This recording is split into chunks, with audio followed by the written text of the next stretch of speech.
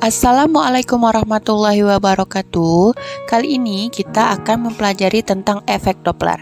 Nah, sebelum itu mari kita simak yang berikut ini. Pada materi sebelumnya mengenai intensitas bunyi, kita sudah mengenal yang namanya USG dengan prinsip kerjanya yang memanfaatkan gelombang bunyi. Nah, sekarang kita akan kenalan sama temannya USG, yaitu ekokardiogram. Ekokardiogram memiliki prinsip kerja yang mirip dengan USG. Namun, untuk ekokardiogram biasanya digunakan khusus untuk menganalisis jantung. Ekokardiogram adalah metode pemeriksaan yang menggunakan gelombang suara berfrekuensi tinggi atau yang biasa kita sebut sebagai ultrasonik untuk menangkap gambaran struktur organ jantung.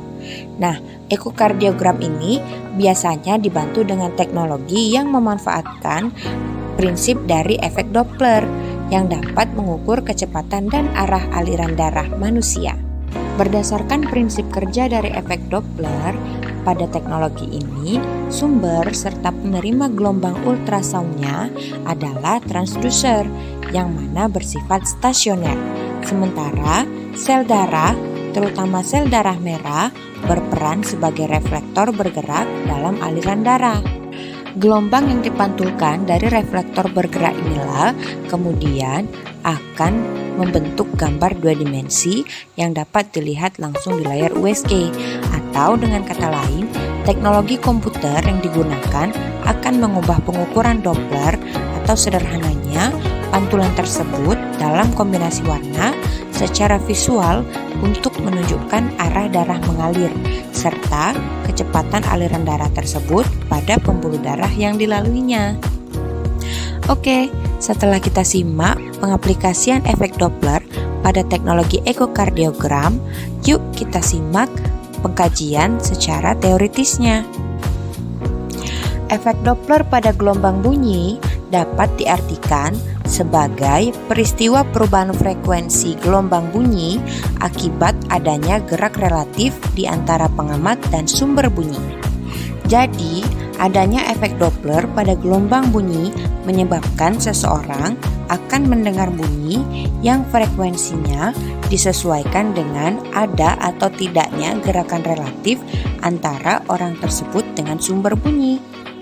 Jika dianalogikan dengan seseorang yang dilalui oleh mobil ambulans dengan sirine yang berbunyi, ketika ambulans mendekat, maka pendengar mendengar sirene dengan frekuensi tinggi atau suaranya lebih keras. Sedangkan ketika ambulans menjauh, pendengar akan mendengar sirene dengan frekuensi yang makin rendah atau suara akan terdengar lebih kecil.